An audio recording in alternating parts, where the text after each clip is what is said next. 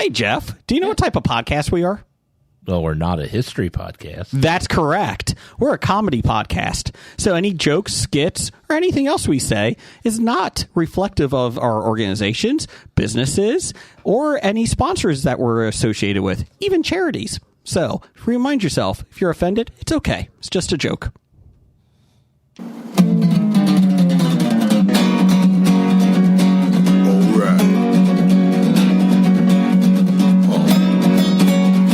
Comic books, movies, growing up with Rokusuki. Superman before Zack Snyder ruined him.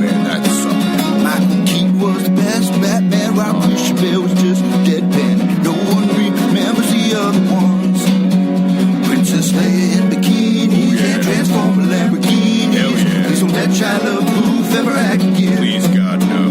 Remembering tales from the crypt, back when Michael Bay wrote good scripts. He wrote the All scripts. right here is no mystery. It's the history of bad. It's bad. It's the history of bad. So bad. It's the history of bad ideas. It's the history of bad. It's bad. It's the history of bad. So bad. It's the history of bad ideas. Podcast. Welcome to the History of Bad Ideas, episode number 560. I'm Jason. I'm Jeff. I'm Jim. Scab Blake and Scab Brian. Oh, You're Brian. double scab this Yes, week? double scab. Blake might actually have scabies because he was fishing this past weekend in Florida. So who knows what he gets out in that ocean, especially with the fish. So You look like Fat Shady to me. we got DJ Fat Fingers on the keep on the what is that Mixer. It's called a mixer. and Fat Shady over there busting the rhymes later. Yeah. Wait till the expo. Have Oh, an act going. Fat Fingers featuring DJ or Fat Slim featuring or Fat Shady. Fat Shady. featuring DJ Fat Fingers. I like it. I Took like you it. too long to say that. I'm embarrassed. The good news is on Friday night, since we don't have as many panels, Jim, me and you are going to do a wrestling match. Oh, I was taking people out to dinner. Damn it. We can do a wrestling match. We just can't break the couch because that's up on the stage. All the guests have to be on the bottom of the without legs on the Wait, couch. did Jeff put money down as a deposit on that couch? Did you, Jeff? No, I refuse to do that anymore. We went to Gatlinburg many years ago, and Jeff, it was on Jeff's credit card, the deposit. We obviously paid him, but 10 minutes into it, we got there. Me and you got into a wrestling match, and you literally picked me up and threw me onto the couch, over the couch, onto it, and Jeff yelled, "It's on my credit card!" Well, Jeff didn't it's even not see that- it. He was downstairs. I and he hears- heard. Oh, yeah. I heard the wood of the couch crack. To be fair, it wasn't a good couch. To be fair, So you shouldn't be wrestling on it. To be fair, Jason decided to start a wrestling match. Then when I picked him up, he's like, "Oh shit, this is really happening." I lost that match. But anyways, so I digress. So catch us October 18th through the 20th. That's where we're at, Sharonville Convention Center. Cincinnati Comic Expo. Go to CincyComicExpo.com. Get your tickets. Lots of good tickets available. Katie Sackhoff will be there. Ming Now Win. I heard Peter Weller was going to be there, then not going to be there, but now is going to be there. We don't know. We don't know. But we would like to have him there. Yes. We will have, let's see, who else? Kevin Eastman. Yep, Kevin Eastman. Thank you. The whole X-Men, almost the whole X-Men team of voices for the 97. Was it John Rhys Davies? John Rhys Davis, David Wyndham. David Wenham? Yep. He was Lord of the Rings, right? He was, yeah, Amongst other things, yes. Okay. He was in Lord of the Rings 300. Okay. Doug and I were having that conversation off air, and I'm not a Lord of the Rings fan, so I just wanted to make sure. Yeah. So we have lots of Jason Isaacs. Mira Sorvino. Yes. Emily Swallow. Nope, not yet. We don't know. Nope, we don't know. On their Oh, Facebook- yeah, it is on there. Yeah, on their but say, Facebook they page. released it. Emily Swallow is official. Yeah, sorry. Never mind. Yes. I was like, Doug, what are you Oh, look doing? at their Facebook page. Don't do that. What am I doing? So, yeah, I can't say Brad Pitt because that's not. correct. Hayden Christensen, maybe? No. No, not Hayden Christian. No Chuck Norris, unfortunately. No. Ross Marquand? Not this year. He may be there. He had a good time. He might be there, but that's just if he comes For Oktoberfest. If he's just coming to to hang out, not necessarily to be a member of the panel. He hasn't called me and told me he was coming in, though. Well, he did text me that he might because me and him have a really good impression off. It's uncanny how good we are against each other. So, yeah. So get your tickets now. Come see us. Uncanny, that's the word you would describe that. Yeah. Okay. Yeah. Allison Court. Okay. The Big Comfy Couch. It's a PBS kids show. My son watched when he was at grandma's because they didn't have Are you getting cable her at the autograph? time. No. Oh. It's like, I heard of the Big Comfy Cow. I'm going to do some stretches with her. That's how she started the show. Oh, by okay. stretching. That might be creepy. Oh, we can have a little panel where she can start every panel and get everybody to stretch. Oh, I like that. Everybody get up off your seats, get them going. So, yeah, it's a lot of fun. It's 4 weeks from now. So come visit us. We have bottle openers to give away. We have magnets. So, yeah, take a look. It's in a book. I don't think getting a lot of these people coming to these cons, getting up and stretching is the thing they want to do. Yourself included? Oh, I'm including myself in that. Okay, and We're going to yoga at 10 o'clock. You have to go down to the health, the Kroger Health Expo downtown at Sawyer Point. after working, I don't know how many expos, my daughter, Scab Randall, finally knows a celebrity that's actually coming. Oh. And that's Chris Potter. Oh. Is he a horse guy? He was on Heartland, which was about a horse ranch. I don't even know what channel it was Oh, man. What else has he been in? on. I think he Heartland. Yeah. That's what Scab Randall knows it. he is Gambit. I'm Gambit. I have magic cards. Wah. Just as long as it wasn't Ray Chase, who's not going to be there. Can you do a Gambit of Tate? No, Tate's Gambit was not good, but it was fun to watch. Sorry about language. Come on, There it is. I mean, it's just a boomhauer. I mean, Deadpool and Wolverine is coming to Disney Plus in the next 3 weeks. So just let everybody know. yep. Doug, you know what you got there? A big glass of water. Yeah. Glass of water. So you can wash down your cotton candy. Okay. Uh-huh. I have to come. First off, I also brought Sour Patch Oreos. You did. I Those never are- get credit for that. I just always get the ice cream brought up. You brought Shackalicious gummy bears. Do you know who got 0 of those gummy bears and those Oreos? Who's that? Me. That's because you were suspended. That's because these guys pig all the shit down that it's good. I and figured leave the that- bad shit for me to eat. Hey, we gave you that barbecue shit last week. I don't know what the thing that should have been crunchy and it wasn't. The chewy stuff. Yeah, I'm hoping that with keeping the bag open over the week, that It'll it made get it stale spoiled. and made it crunchy. And I just have to say about this. Ranch cotton candy. I'll take the fall for this. I'm okay doing that. Okay. But it was current Tri-Canadian of the Year Scab Randall that actually found this and said, Ooh. Dad, look at this. How about this? I'm like, absolutely. You know what, though? That is why she is Tri-Canadian of the Year. Really? She looks for stuff for us. Yeah, but that's the stuff she looks for. I mean, she's getting punished for that. Here we go, How Doug. bad can it be? How bad? Oh, you'll like it. It smells awful. Okay, Doug's trying it. Let's see here. Ranch cotton candy. It's not good, is it? Not good. It has a Feet taste? spice taste to it. It's Bullshit. Bullshit. It's what, man? He's going back for seconds just to prove that it's not terrible. Bathroom's right outside the green room. Oh, that was a big old chunk he of it. took about a handful, and it's all sugar, so it breaks down to about the size of a coin. But still, that's way too much. Oh, that's pretty good. Oh, That's good eating. I'm getting sick just thinking about it. So one of the other Tri-Canadians of the Year, Miss Marbles, she was going to give us some Coke Oreos, but I said we already have like 3 bags. We do. And she goes, okay, well, fuck me then. But we do appreciate the thought of her picking it up, and then she can try it while she listens to us. She actually does good food. Now that smell is drifting this way. It smells like feet. She does a good job. You know why? Because she actually gives us good food. Because she likes us. Yes. How you doing, Jeff? I'm just trying to wave the stank of the. Doug, there's no way you can like that. Oh yeah, That was that's fine. better. No. We do have a special guest in the room tonight. We have my dog Molly. She's just laying right next to us here until she barks. But she's doing good. She's doing good. I just booped her. Brought a dog into the room here. Jim, what did you bring this week? I brought the Oreo zero sugar Coca-Cola. Okay. Oreo flavored. You can actually open up the Oreo cookies, too. The Coca-Cola Oreo cookies. And we could have them together. Well, I'm going in for the. Oh, God! The ranch is getting down here. The Coke smells good. I'll give him credit for that.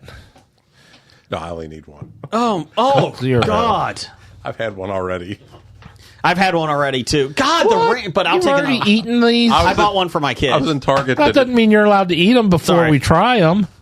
God, Doug, the ranch. I have a bag at home unopened because I wanted to share my the first taste with my all first taste with everybody. Okay, I'll pretend it's my first. Well, I taste. had to take my daughter. She's got her first homecoming dance coming up this weekend, so I had to go with her to go. I don't know. She needed something for her dress. Then she needed shoes. So we got in Target. We got the drink and the cookies. So I had to open up the cookies just to punish her for having put me through that. So A cactus is the way to her heart. apparently, so yes, that's her theme on her horse. Let me ask you this. Yes. Did you buy another horse since last time? No, I did not. Okay. Are you planning to? No, I am not. Okay. So I'm trying this Oreo flavored Coke Zero, and I really don't. it's Coke with some sort of flavor, but does not remind me of Oreos. Yeah, I don't know what it tastes like. I mean, I get like if you get like the fountain Cokes or whatever, where they squirt flavors. I guess that's what a chocolate Coke would taste like. I don't even get chocolate on the drink. It kind of tastes flat to me. Well, it's a Coke Zero, so that's Yeah, that where could be it comes too. from. Hold on me. Do you like the cookies though? Do you like the Coca-Cola Oreo cookie? I ate it all together for my first one, and it's different, but I like it. It's fine. It's middle of the road for me. Nah, I put it on bottom of the list. You think? Probably only above lemon because I don't like lemon. Lemon was good. Oh, I love lemon. The lemon was good. It's above birthday cake because that was ass. I hate birthday cake. That was not a good one. It's above Swedish Fish. Could be good. Birthday cake is one that's round year round now. Is it? Trying it. Oh, that's fine. Yeah. I'm not sure on the Coke. Like, I'll drink the Coke, but it's nothing special. Okay, cleanse the palate after eating the Oreo cookie. Now I'm going to try the Coke.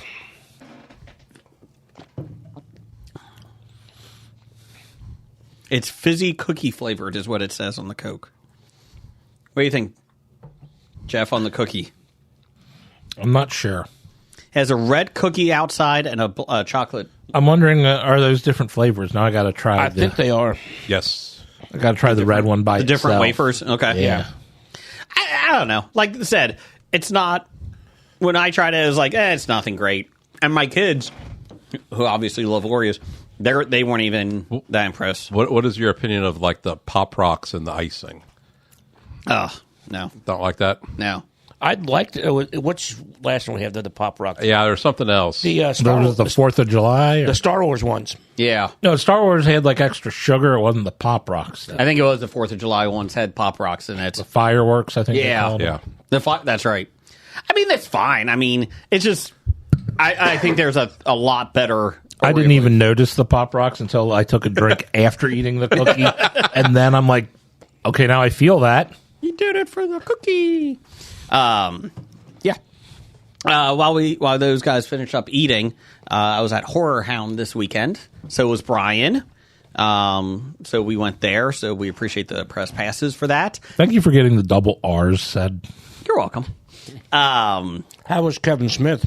I did not see him. It was on Friday night. Brian was there. He can talk about it next week. Very busy though. Kevin Smith was. He saw the View Askew panel. But yeah, overall, we went Sunday. My oldest son and I. It's a lot of fun.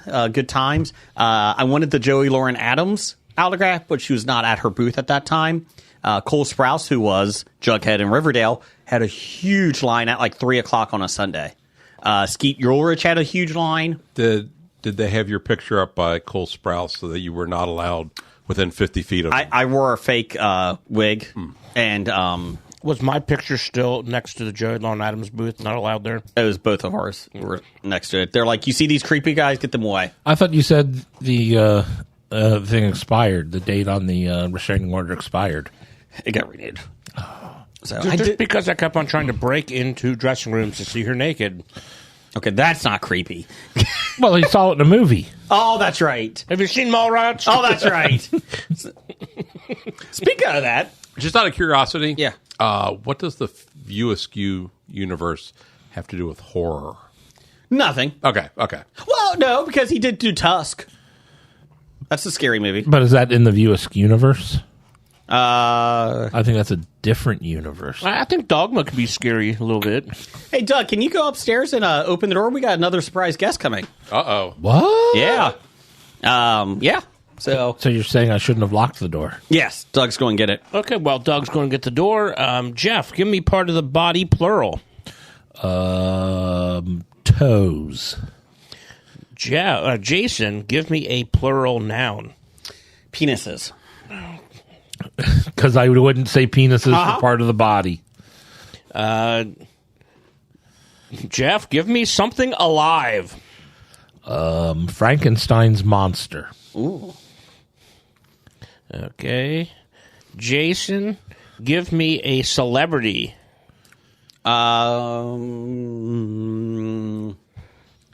Katie Cassidy. No, celebrities are famous people, Jason. Oh, it's Cassidy. Love her dad. I always wanted to be your dad. Okay, Jeff, give me an adverb. Lovingly. Aw. That's very nice. Thank you. Jason, give me a place. Barcelona. What are we doing? Which Mad Libs? You'll find out. No, okay. It's not Star Wars because I have those in front of me. Jeff, give me an occupation. Chartered accountant. Like that? I looked up and saw the picture of Norm on our wall. Oh. He's a painter, too, wasn't he? Yeah, after his. Plural noun. Jason? Plural noun? Yep. Caves. Jeff, noun? A noun, we'll say moustache. Mustache. And you ruined it already, Jason. Is the door open? Did you open the door? Yeah, I unlocked it. Okay, there you go. Part of the body.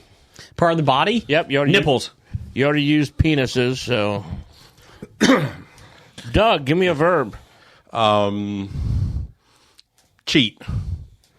You're cheating hard. Jeff, give me an adjective.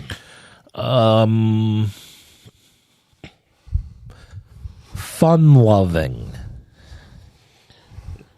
Jason, give me a number. 79. Doug, a color. Orange. Jeff, give me a noun. Thought. Thought. Jason, a place. Tatooine.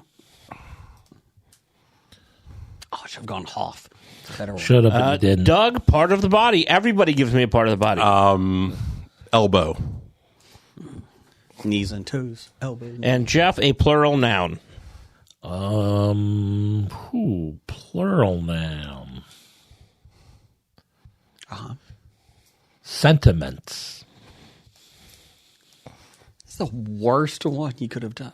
It's the worst one? Yes. You mean you couldn't find one worse than that? Yeah, he, No. he already said penises. Oh. It's true. We are doing the DC supervillains Mad Libs. Okay. This one is Alien Antiheroes. Okay. Doomsday has spiky toes and can easily crush penises with his bare hands. Wow. I believe that. Is he Doug? He began as a Frankenstein monster on the Okay. planet Krypton. Okay. But later he came to Earth looking for Katie Cassidy,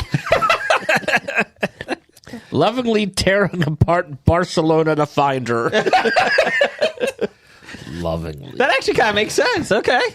It does. As the evil chartered accountant of War World, Mongol ruled over a planet where caves did combat for his amusement. How do caves do combat? Combat caves. If one of the heroes stepped out of line, he used the powerful mustache embedded in his nipples to cheat them with a fun-loving bolt of energy. I like it. Despero may look like 79 pounds of orange muscle, but his mind is actually his most dangerous thought. As the tyrant of Tatooine, he uses his third elbow to control the sentiments of his enemies. Worst noun ever. I'll control your sentiments. I don't know what that means. It's not my fault you don't know the English language. Speaking of Kevin Smith, we had a poll of the week that you can find us at Bad Ideas Podcast. Since Kevin Smith was at Horror Hound, what is your favorite Kevin Smith film? We had Clerks, Chasing Amy, Dogma, and Zack and Mira Make a Porno. No Jersey Girl on the list. I actually like Jersey Girl. I do. Oh, you're the one. Yeah, she dies in it. Jennifer Love You. Or Jennifer Lopez. They killed off Jennifer Love Hewitt. That's Can't Hardly Wait 2. So Zack and Mira Make a Porno is 4%. Third place is Chasing Amy at 9%. And winning 64% to 23%, Dogma over Clerks. So there you go. I voted for Dogma. A lot of people like Dogma. Good movie. I think I saw Dogma in the theater 4 times. Wow. Well, the last 3 were the dollar cinema, so Still, I though, paid counts. $1, but it was worth $1 to watch again. It was a good movie. Dogma probably was his best film overall. Yeah, like quality-wise and that. Yeah. The Clerks got him started off and got him known. Yeah. And just the dialogue in that was fantastic. Chasing Amy is my favorite of his. I think from a movie perspective, I think you're right. I think Dogma is probably his best film. Now that's a shared moment. What's a Nubian? That scene was fantastic. Oh, Chasing Amy from start to finish, I can probably recite most of it just because it's a hilarious film. Like there's so many. Nubian? You almost had me peeing my pants. You're a tracer. Problem I had with it was the end. This is the situation, and then the thought process you have to go through to come up with his solution. For a threesome. I'm like, how does... That makes 0 sense. The best part is when she's like, no. And Jason Lee's like, thank Christ. Jeez. They're all fucking figments of your imagination. The best is when they find out that she's a lesbian. And just the main character is like, what the fuck? Like, wait a minute. Ben Affleck looks at her like, and then Jason Lee's just clapping his hand. And she's making out with the girl on the dance floor. Yes. Now that is a shared moment. I mean, she asked me to come here for a reason, right? Multiple drinks of the Coke Zero Oreo flavored, it gets less and less. I think it just tastes like Coke Zero with a little bit of like Chocolate syrup. yeah, it's a little bit of flavoring. I don't even get chocolate. I don't get chocolate either. I just get, I'm the same way. I feel like it's Coke Zero. I taste a Coke Zero, and then it's a different type of sweetness in there. Best part is that it's 0 calories per can, so that's good. 0 calories. Yeah, Is it 0 calories? that's what it says. 0 calories. Oh, wow. Okay. I know it's 0 sugar. I didn't Look know at it us was making 0 healthy calories. choices tonight for once. Yeah. You're welcome, guys. I'm trying Yeah. to take care of us. Look at that. So there you go. Kevin Smith talk right there. So, always loved his films, and his podcast is one of the reasons that we got this show. Oh, yeah. Listening to him encourage people to just go out and do your own. He said, just do it. Just buy the mics and do it. And we said, okay, Kevin. We did it. And 560 episodes later, here we are. He's really proud of us. Oh, he is. He is. He talks to us all the time about it. And at one point, you gave away a Dogma, autographed Dogma script. We did have that.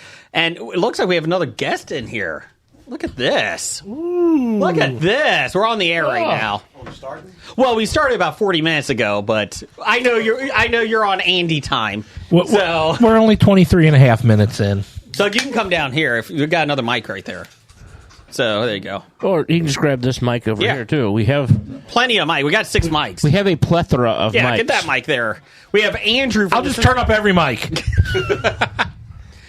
We have Andrew from the Cincinnati Comic Expo is here. Hello. Welcome, Andrew. Welcome. It's your annual, once every 3-year visit. That makes 0 sense. Once a year. Is it once a year? That's what we're saying. That's Okay. what we're going with. Once a year. What did you bring?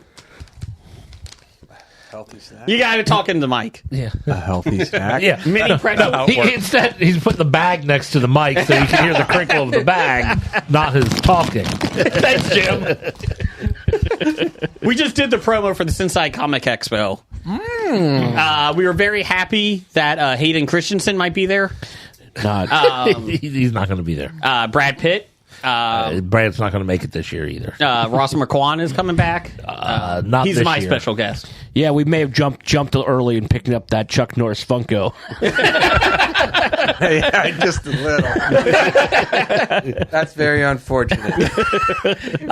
With that being said, you owe Brian $50 for it. Is that how much that was? It's not cheap. Well, hopefully we get them next year. We Um, already put it in, so. well, it doesn't matter because I think Brian's going to his house to get it signed, so it's fine. Who's the other? Oh, we got Sam Malone. Could you get Ted Danson? For some reason, he bought a Sam Malone Funko Pop. I don't think I've ever seen him do a show before. Ted Danson? Yeah. We said for some reason, it's not like we don't have a signed George Wendt picture. We do have a George Wendt picture. Katie Cassidy picture signed. Ben McKenzie. Got a lot of them. Yeah. You get some more this year, won't you? We got Phil Coulson. Phil Coulson. Oh, I forgot his name. Greg. Clark Gregg. Clark Gregg, Gregg. yes. Clark Gregg. Loved him in Sports Night. And you got an Adam West up there. I do have Adam West. Love my Adam West one. So yeah. I also got a Matt Fraction one from Hockey. Can I ask the guest a question? Yeah, go ahead. As opposed to describing. Yeah, the, go ahead. Has there been any guest? You don't have to name names where you're kind of surprised how tough they were to deal with. Do you deal with that a lot, or do people go into these conventions? They know what they're getting Guests as into. in attendees or guests of the show? Guests of the show. Oh, yeah. Okay, I mean Sometimes we'll get heads up. Like, this person. Okay, yeah. they're very peculiar about certain things or things that need to be done a certain way. Does any of them say like I need red M&Ms? Not red M&Ms, but we do get special requests for food items. Okay. Which is not unheard of. Matter of fact, they'll send out, the team will send out a dietary sheet and say, give us your dietary needs. And then Matt will pass that on to Samantha, who runs our green room, to make sure that those items are obtained. Jeff, could you send him our I dietary? will say we need plenty of what would you like? fat, full burgers. We got Oreos we need. Have you been surprised about how many guests, celebrity guests, are nicer than you expected? Oh, most of them are just fabulous to be with. I mean, they're there to, make money, but a lot of them are also there to meet. They don't need the money, but they're there to meet their fans, and they're just glad to get out. A little bit of an ego boost. People are wanting your autograph, think you're special. So, I would say the vast majority have been really great. There's a handful. I'm not going to name names, but you're Right. Oh, right. Whew, not again. I will say Ross McQuan is probably one of our favorite ones that we've talked to. He was nice. Ian Ziering was Ian Ziering. fabulous. Yeah. Wong. Yeah. Benedict Wong. Yeah. Benedict Wong. Wong. I mean, just seeing him out there with the guests. I mean, coming out from behind the table and taking their phone, and he was doing the selfies with them. I mean, Yeah. there's a lot of people that I'm impressed with. But personally, I enjoyed talking to David Grumholtz. Like, during the panel and then after the panel, he was... I feel I could have just gone and grabbed beers with him. That's somebody I've wanted for a while personally was David, but I didn't have a chance to really talk to him at all last year. So just because I'm running around doing other things, but I was glad to see him at the show. Yeah. I'd love to have him back down the road. But I loved. We walked up and there's no one at his table, and then you look down there, and he's just walking the floor, just checking everything out, just saying hi to people. Well, last year was the actor's strike, and that really threw us for a loop. Yeah. Then we Yeah. couldn't promote. Anything. It was kind of like we could only promote the name. We couldn't promote the projects. It made it really easy on us moderators. That was. I hope we never have to go through that again. So what's it like working for Christopher Nolan in this big film that you were in? Is a question I'm not allowed to ask. Well, we could ask about his experience with Christopher Nolan, just okay. not about the film. Gotcha. We did have one of my favorite ones is still Neil McDonough. Yeah. That was last year. He was hilarious, and he was a very nice guy. So, which didn't surprise me. Didn't surprise me at all. So, but yeah, Andrew's here. Any other questions, Doug? Yeah, any other questions for him? Are we back to post-COVID? Do you think attendance-wise? You mean pre-COVID? Or yeah, pre-COVID. Yeah. We are both Post-COVID. No. Well, I mean, let me preface this by saying, yes and no. We're not at the Duke. Right, correct. So our facility is smaller. It's a very nice facility. Free parking, easy in, easy out. Vendors are going to love it. But because of that size constraints that we won't for 2 years. We won't get to our original back to our numbers because of that. And that's because in Cincinnati, That's just because of change in venue. Yes. I have no choice because the other venue is being renovated for 2 Correct. years. Oh, correct. Well, hopefully in 2 years it's going to be absolutely huge. No, it's going to be the exact same. Yeah. Matter of fact, it's not a. It is not an expansion whatsoever. It is a refresh. Well, I meant huge. I meant the numbers that we get for the expo. Oh, the numbers for attention. Oh, yes, absolutely. Yeah, it's not going to be any bigger. They're even shutting down an extra road for it to not get bigger.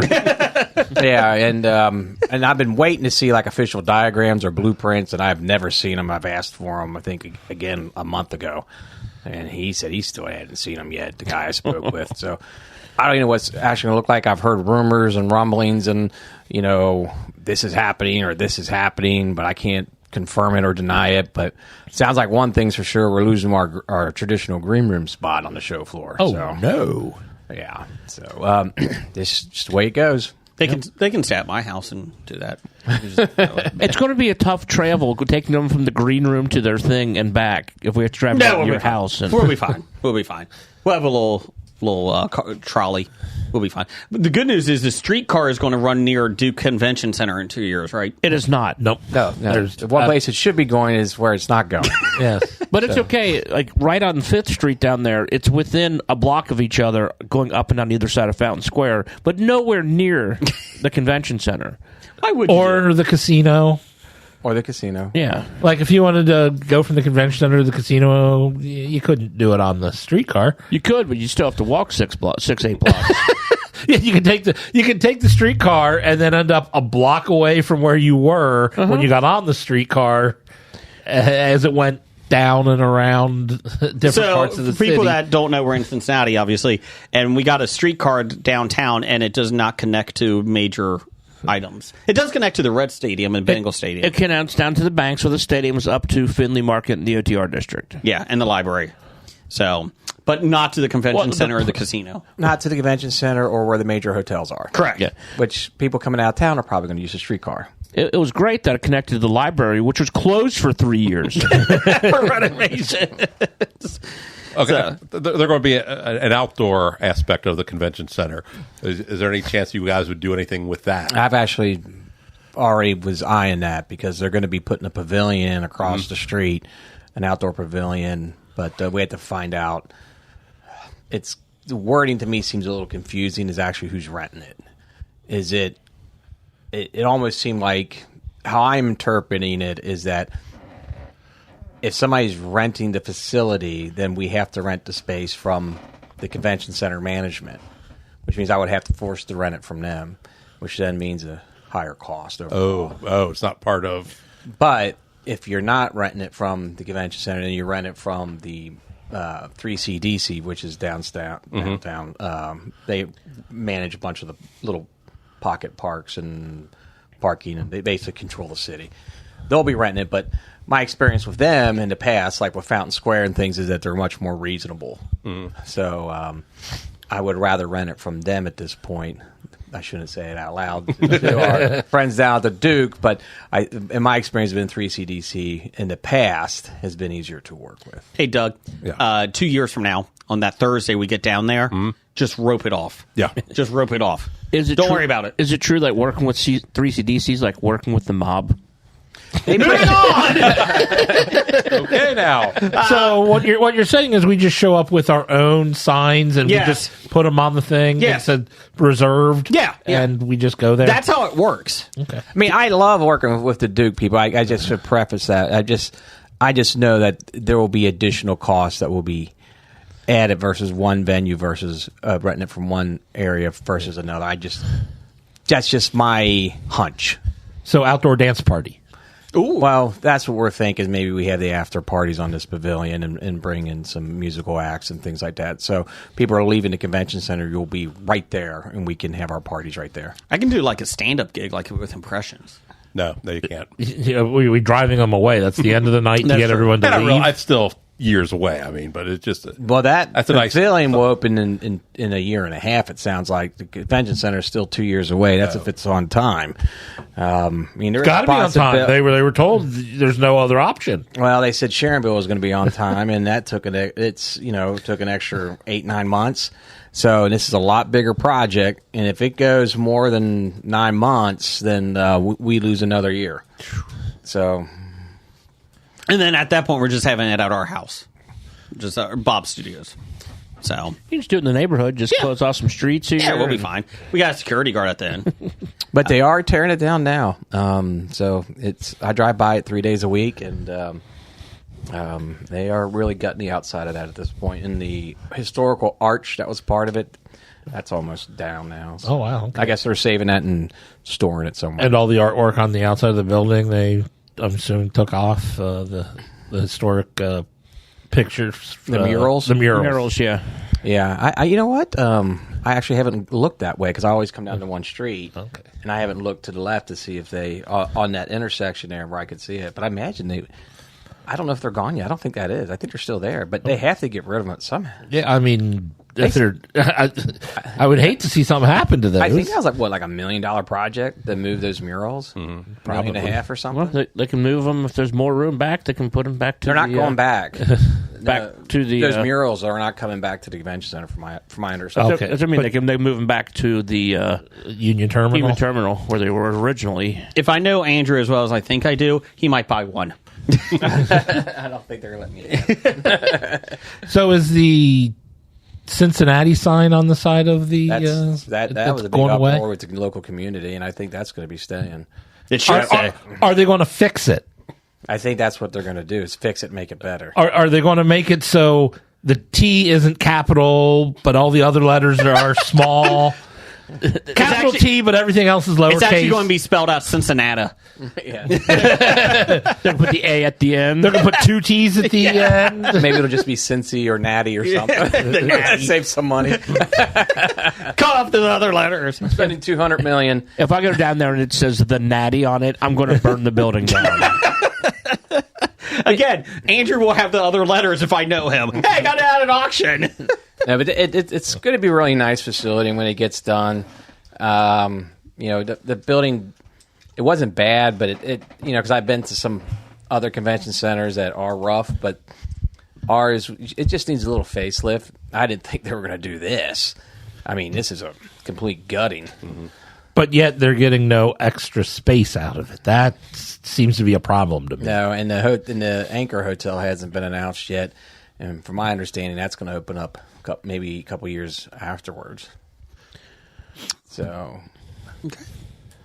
So, anyways, Cincinnati Comic Expo is October 18th through the 20th. yeah, at Sharonville Convention Center, so a little north of Cincinnati, Brad Pitt will be there. No, he won't. downtown Cincinnati. Brad Pitt will be there. No. Anthony McConaughey. Nope. We Nope, do not got gonna be there. lots of guests coming up this week. It was, Emily Swallow was announced today. yeah, and we're going to have 3 or 4 more that are coming up. So we should be able to get them all announced this week, or if not, into early next week. we're just waiting on some approvals and things. Doug, you can announce that you're going to be there. Yeah, I can't. No, I can't. No, you can't.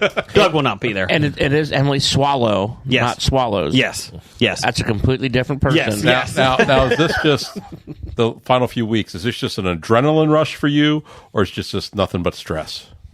A little bit of both. Yeah. A little bit of both. You know, stress.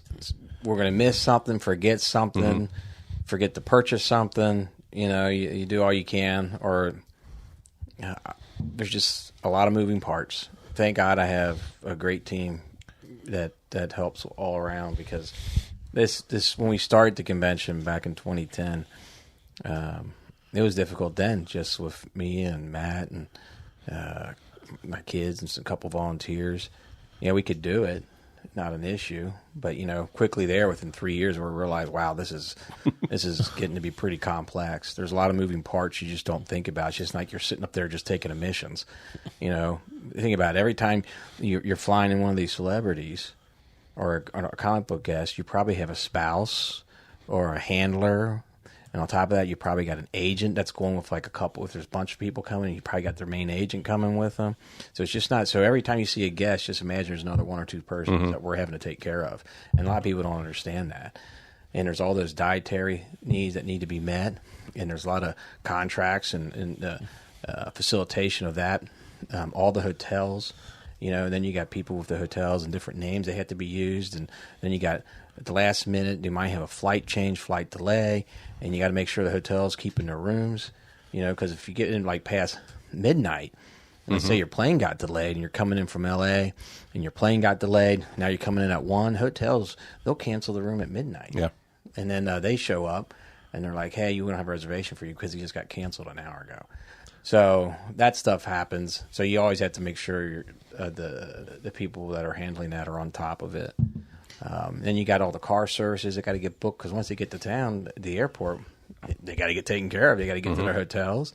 You know, they got to get their itineraries. It's more complex than what people just think on the surface of it.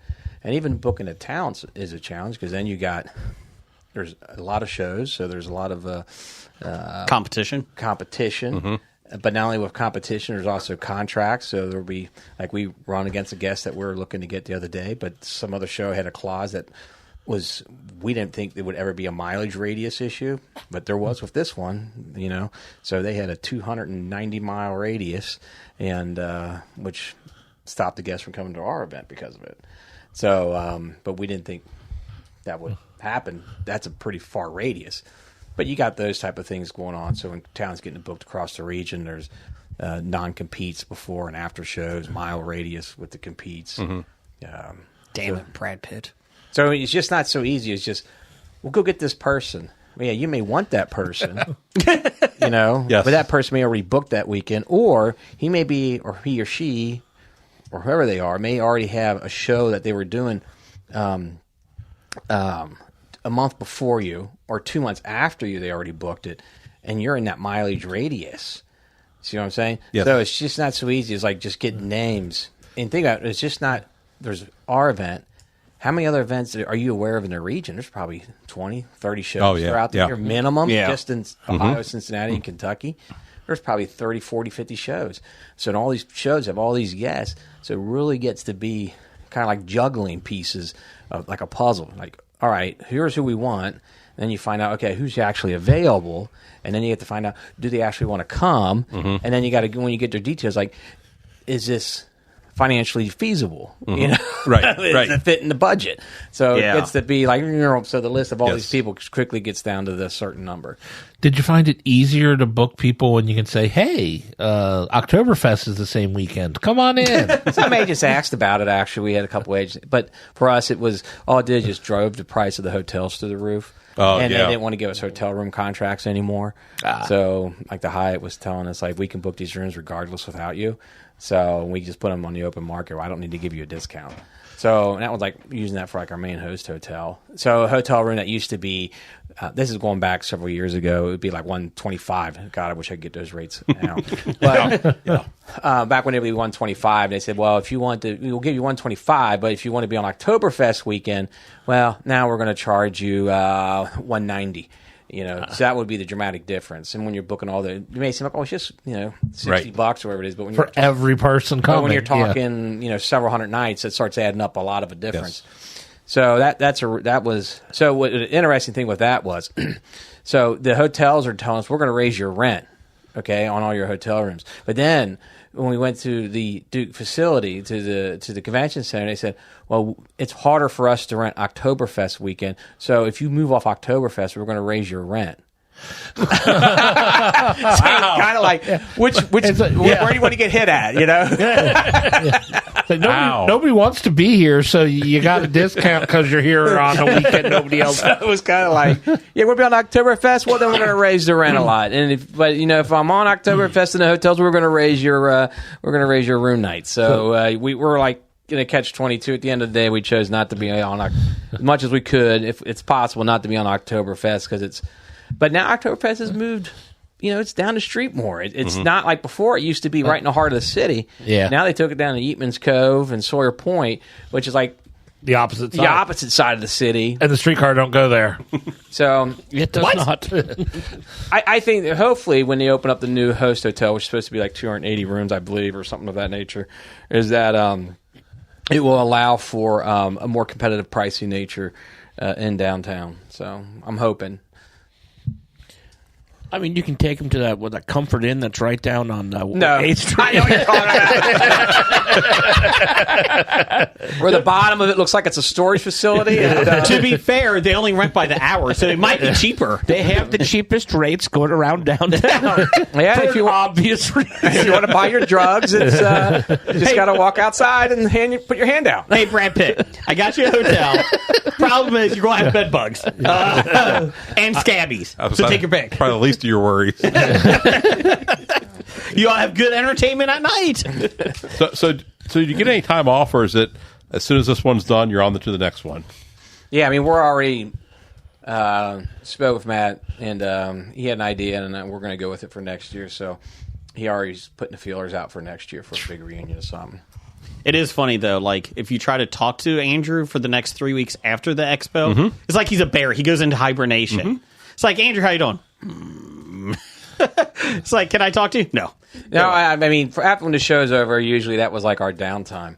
Right. So November, December, it's like, don't talk to me. I just want to decompress and enjoy life. I mean, I enjoy the show. Don't give me that, but it's kind of like it's a lot of, I'm also a little bit of an introvert. So I just kind of want to, gather my thoughts and just enjoy family life, and then get back into con gear as the new year starts. But now of us having these other events, there is no break anymore. Video Game Expo coming back? Absolutely. May 16th through the 18th. That actually worked out really well for us. So Super Cincy Expo. That was a lot of fun. That was a blast. We just got 2 guests that we put offers in. Hopefully that we get these back. And we're offering a heck of a lot more tournaments next year. We're going to double the amount of tournaments.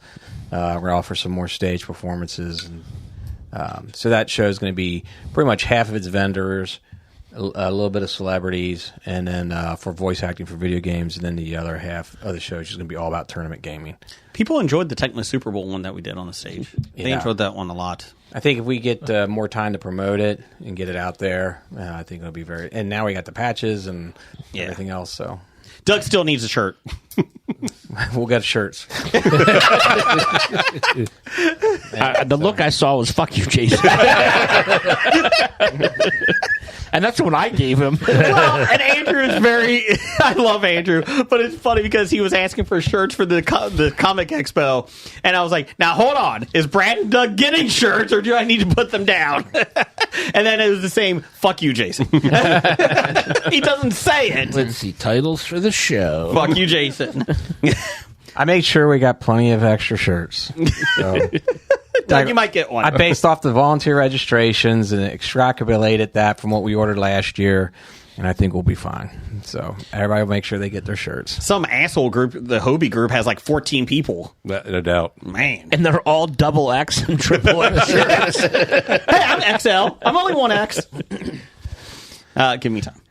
Dr. Dana isn't that big. Yeah, you're right. So you're going to sit with us for a little bit, right? Yeah, I thought so. More almost done. Jim, why don't you give me some listener feedback? Did you just call him Tim? Jim. Where we at? We just started. Oh, you already just started. I thought I was late. No, we didn't start. We didn't just start, but we've just been talking about everything else. It takes a while to get going. We have the bomb listener feedback brought to you by Hello Jeff. What's in the Hello Jeff box this week? Oreos. Oh, any different types or just random? Random. You don't know what it's going to be. You should just take like boxes and just open them up and put them That's in. what it is. It's Oh, okay. Random Oreo. Yeah. No, not bags of Oreo. Loose Oreos. Loose Oreos coming from hundreds of different boxes. There'll be some.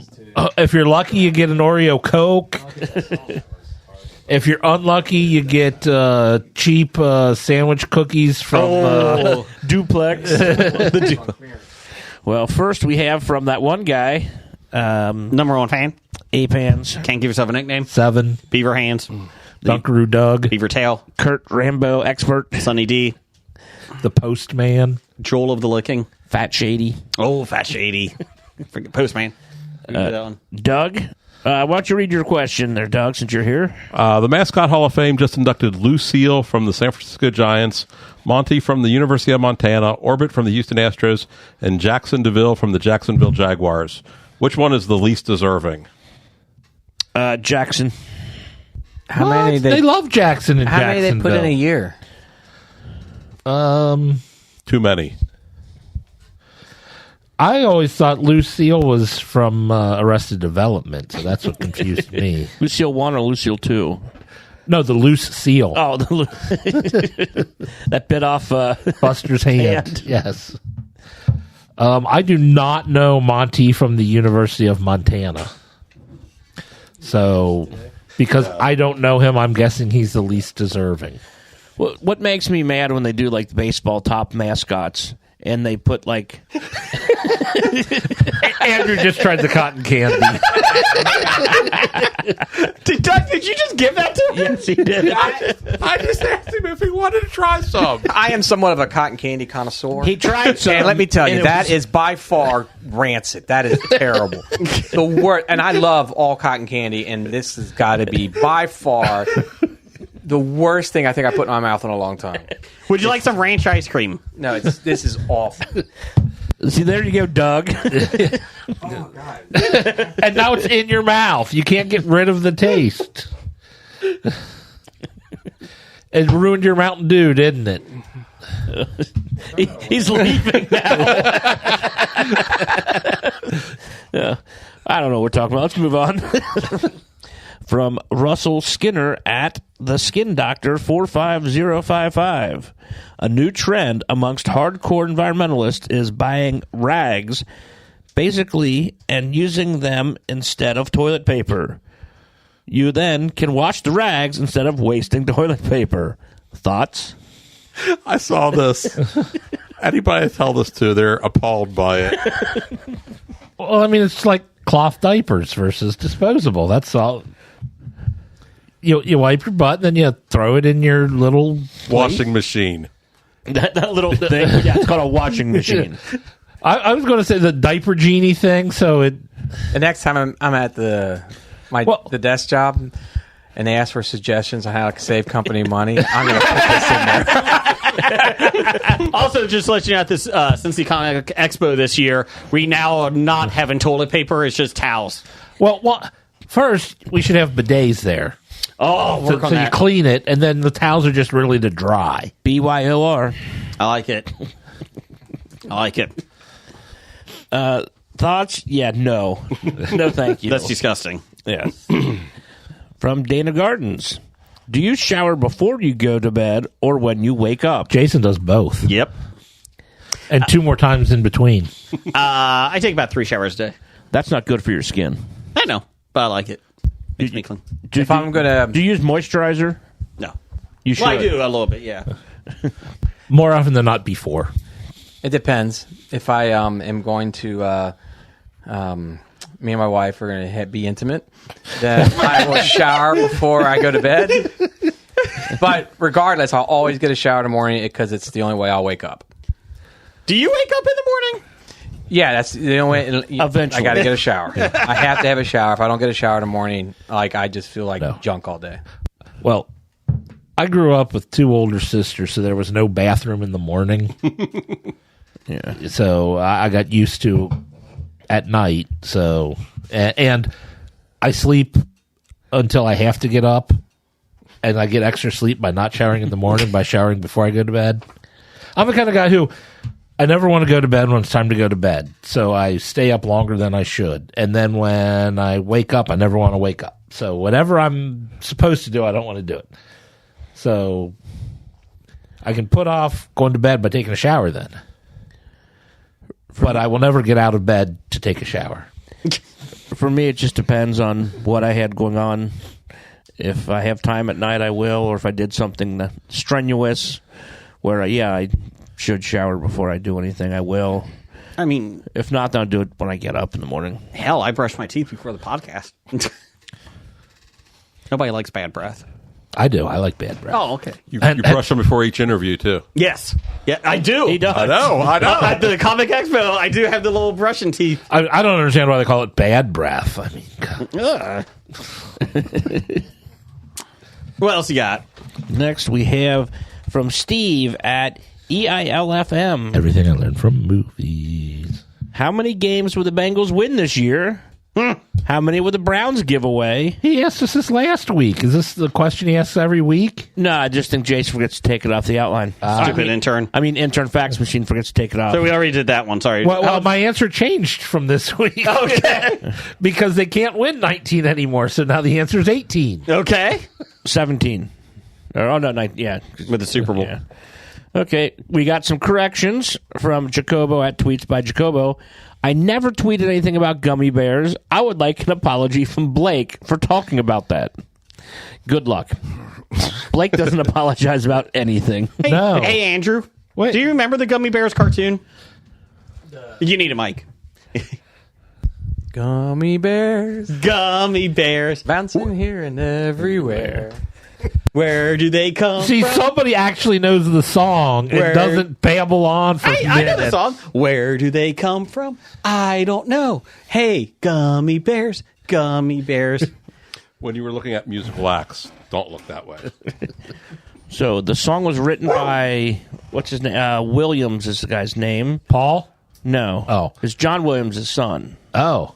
John Williams Jr.? But he was also like a lead singer in a band. Ah. It's a great song, and then Jason butchers Jason it. ruined it. Yep. Yeah. Gummy Bears. Shut up. Gummy Bears. Where do they come Next, like we that have show. from Professor Number And One. why do you at- always think, where do they come from? That's nowhere in the lyrics. It is. No, it's not. Oh. From Professor Number One at Doc Number One. Jane's Addiction Rock Band ended their concert abruptly when Perry Farrell, lead singer, punched guitarist Dave Navarro. Is this how Hobie ends it? And if so, who punches Jason first, Brian or Jim? Brian. I think Brian will punch Blake first. I'm going to throw Jason through a couch. That's true. That's true. And I'll just hit press buttons. Yeah, I don't think it's going to end that way. I feel like it's going to end with somebody dying first. You're saying we're going to go out with a whimper, not a bang? Yeah, yeah. Episode 2000, you know.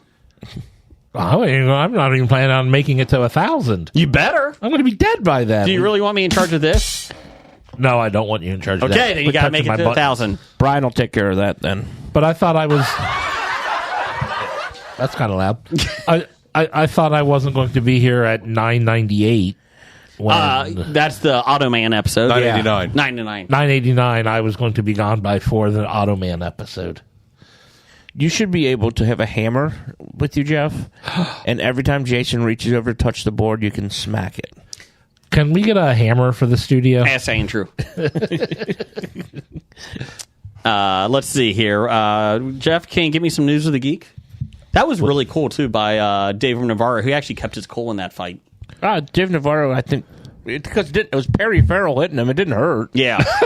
So, sorry, before we get into I was listening to the Howard Stern show the other day, and they had a interview from a while back with Perry Farrell, and because obviously it was timely, and so they were replaying it, and I guess back in the day, he's talking, Perry's talking, and he's like, yeah, he's like, I get into fights once in a while. There was one that the security guard didn't know who my wife was, and she wanted to go backstage, and he's like, you can't go back here, and she like called me, and so I went out there and I beat up the security guard, and Stern's like, did you actually beat up the security guard? Well, I punched him, and then he put me in a chokehold.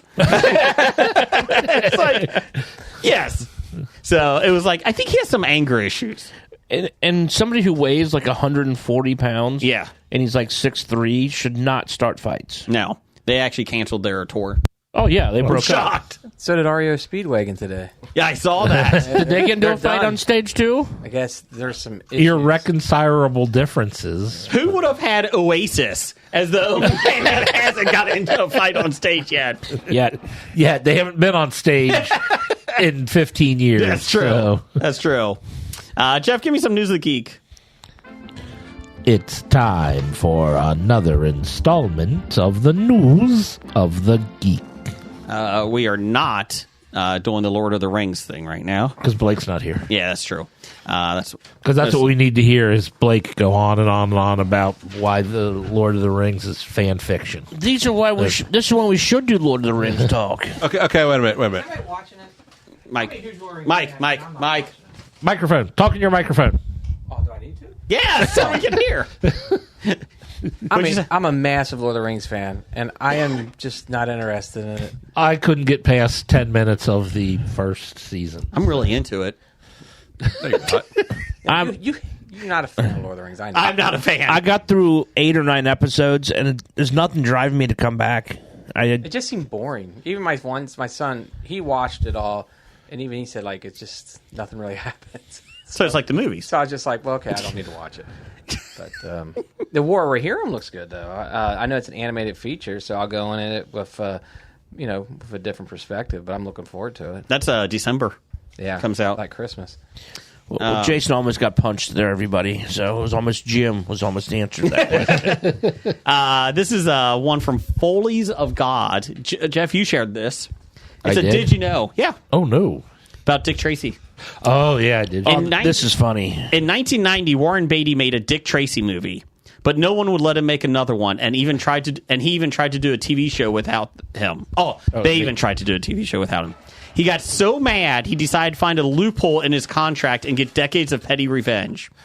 Every couple of decades, he makes a no-budget, 20-some minute TV special where he complains to Leonard Maltin while wearing his old costume, and releases it unannounced in the middle of the night on TCM. This week, and at 85 years old, he premiered his new one called Dick Tracy Zooms In. He didn't even have to show up on set.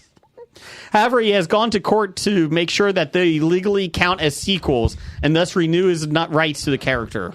He does this solely so that no one can legally use the character for anything.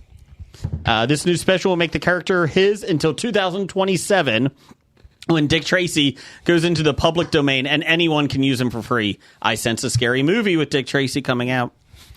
This is art. This is some A+ Andy Kaufman level trolling. This Follies of God goes, I will never watch either of these specials because the whole point is that they are unwatchable, low effort, and awful enough to be a middle finger to some bean-counting whippersnapper who made Warren Beatty mad in the 1990s. But I'm so happy they exist. I'd rather know these bird flips by an old man taking a grudge to the grave are in the world than a Dick Tracy Disney Plus show starring Chris Pratt. First off, I watched this. The Dick Tracy Zooms In, and it's the most awful thing I've ever seen. I don't even know. There is a funny part where Dick Tracy is talking to Leonard Maltin and Ben McKenovich or whatever from TCM. Ben McKenzie. Not Ben McKenzie. And then they zoom in Warren Beatty. So they have Dick Tracy, Warren Beatty playing Dick Tracy, and Warren Beatty himself. Oh, God. And Dick Tracy is critiquing the Warren Beatty Dick Tracy movie. And he's like, well, I would never go to slide down a flagpole like that. Why would he do that? And he's like, look at all the colors in this show. I don't know about that. So at least he's humorous about it. But it is a horrible 20-minute long show. But yeah, so Dick Tracy, Warren Beatty does this just so no one else gets the rights to Dick Tracy. But what's that get him? If he's a fan of Dick Tracy, wouldn't you want it out there? No, he was a fan of himself playing Dick Tracy. There you go. Better question: who cares about Dick Tracy? The pettiness of this is fantastic. It gets some petty revenge. I mean, I'm all about petty revenge. I would actually watch a new Dick Tracy movie. Stop it! Yeah, Stop it! I think it's time. No, it isn't. well, it might be. Well, Did you in 2 watch years, the last it'll be movie? time. The last movie of it? Yeah, Did you? the Dick Tracy movie. Yeah. Yeah, 1990. Yeah. Yeah, I went to the theater with our dad, Oh. and then I've seen it on TV several times. Did you like the last movie, Dick Tracy movie? with I thought it was Madonna. interesting. Yeah, I thought the characters were. I mean, think about it. That was like special effects were really getting going at that point. There was no digital, so everything was. Yeah, I thought it was pretty cool. I will say I did enjoy that there was a lot of villains in it. That was kind of That's fun. what I liked. The villains. Flat Yeah. Top was badass. Flat Top was awesome. Dustin Hoffman was Mumbles, but it was funny. Like if you watch it back, it's cheesy bad, but like it's kind of like what we talked about with Tarzan, like the IP for Tarzan. No one cares. Like, okay, well you got Tarzan out there. Who cares? No one's going to. I can't see Tarzan come back anytime soon. No. I can definitely see Well, Disney Dick ruined Tracy Tarzan. coming back with all the villains and all. I mean, that's just merchandise. Yeah, right but is there? there a fan for it out there? That's I the thing. think it's so out of the. I think it's been so out of the public for so long that when you bring it back, it'll kind of like be new for a lot of people. Well, weren't you the one complaining about them doing Mario? Who the hell wants to see Mario? Yeah, I will say. and then- no, it wasn't Mario. It was It Garfield. was Garfield. It was Jason and Blake saying Garfield. No one was going to see Garfield, and then it made like $100 million. I stand corrected. People saw Garfield the cartoon. I am shocked by that. And the people think about it, like, people who grew up in the '90s would want to see it. That's our generation. Yeah. So we would turn out in force for it. I just want to see a Dick Tracy played by Warren Beatty. The people who grew up in the 90s, most of them don't want to watch Dick Tracy. That's why I didn't do as well. I mean, I think I'm too young for Dick Tracy. My Dick Tracy watch finally broke. But remember, they had tie-ins with McDonald's, and It was huge. yeah, they had tons of tie-ins. Yeah, you can get like stuff out of cereal boxes, Yeah. stuff in McDonald's. Yeah, everything you could get. It was But that kid was annoying in it. I need a milkshake. Shut up, kid. God, Tess was fine. Did that I'll come drink out your like milkshake. I'll same drink time it as right up. Rocketeer and It was around that same era. The Shadow The Shadow? with Alec Baldwin. Slam Evil. No, that was Phantom. Oh, it's Phantom. Damn The it. Phantom. Oh, the Shadow That's Knows. another That was IP it. that no one cares about. Phantom. Was that Billy Zane? It was Billy Zane. Slam yeah. Evil. We need more Billy Zane. I still have that ring, the Phantom ring, that I got at the theater. I've always been surprised. I think with we a were lot of giving those- some away at the expo. I think we last were. year. There's a lot of those old like pulp magazines, like Yeah. Flash Gordon and John Carter from Mars. yes, all those. I it's like those are just IPs that are universe. ripe for making into big feature films. You're right there. He's singing Flash Gordon. Oh. Dick Tracy had a $46 million budget, and it made $163 million. Okay. Not bad. Pretty good. When tickets were $5, that's Yeah. a lot of people. Then again, the budget for the movie was that much. How much was its marketing? $80 billion. Oh, yeah. They went crazy with the marketing. But yeah, so Warren Beatty might be a little petty. I kind of like it. He's still alive. Okay, he's still alive. I thought he was dead. But there is something to be said about watching. When I was watching this, I'm like, this 85-year-old man is literally crawling into this yellow jacket from Dick Tracy and hat, and it just looks horrible. They modeled the marketing after 1989's Batman. Yeah. So they had McDonald's, and then Warren Beatty was interviewed by Barbara Walters on 2020. And he said, I find the media's obsession with promotion and demographics upsetting. I find all this anti-cultural. But please go see my movie. That's why he went on to play Bullworth. Oh, part of the reason I think they did well, Disney put a Roger Rabbit cartoon short beforehand. I love Roger Rabbit.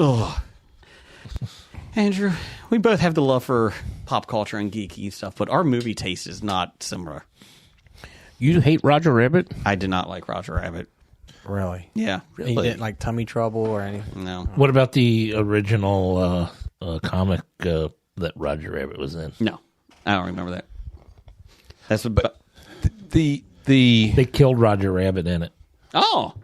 live action and animation together It was impressive. It was great. Yeah. That was incredible. You know, because I saw one of the first ones recently. I watched Song of the South, Oh, jeez. and even that was impressive. How'd you back then. see Song of the South? Is it on Disney Plus? No, I have a DVD of it. A DVD? Yes, a DVD.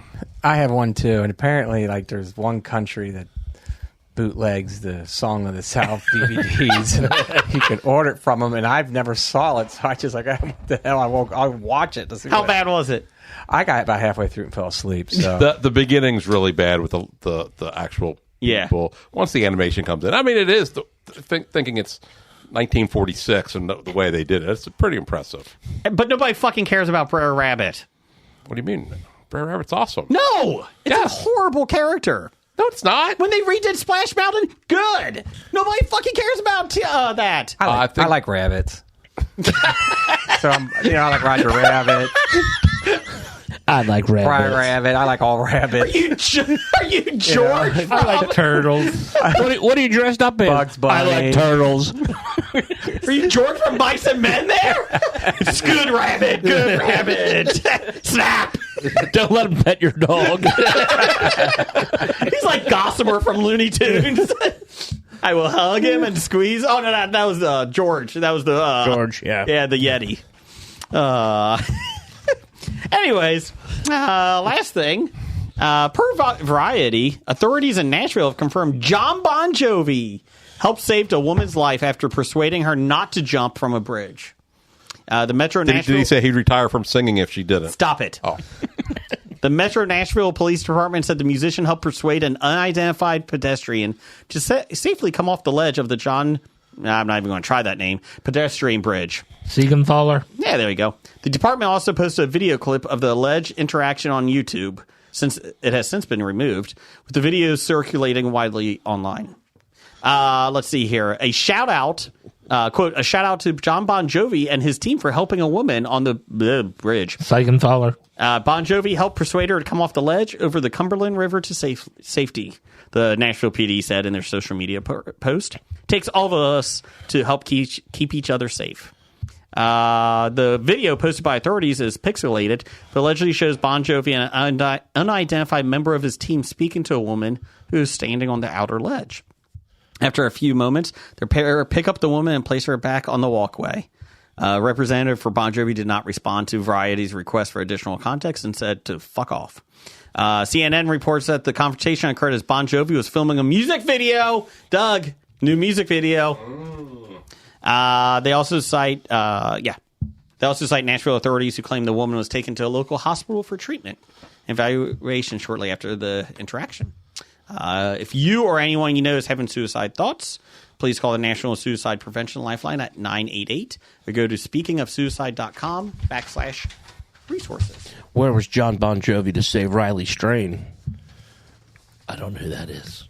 He was a 22-year-old college kid who was drinking with his friends, got kicked out of a bar, then was last seen walking towards the... I saw that with the river. And he ended up... They found his wallet and stuff on the river. They found bank, and him. They found his body farther down in the Cumberland River. Yeah, they showed the video. That was rough. Like, he was Yeah, that was running. years ago. I don't No, think it John... was this past year. This is past year. Well, John wasn't filming a video Well, that he should day. have been there. I don't think John Bon Jovi's a superhero. I don't think he just shows up. Well, he should. Hey, Bon Jovi, you did a great job. Fuck off. Why weren't you at this one? Way to be, Jim. Could you get Bon Jovi?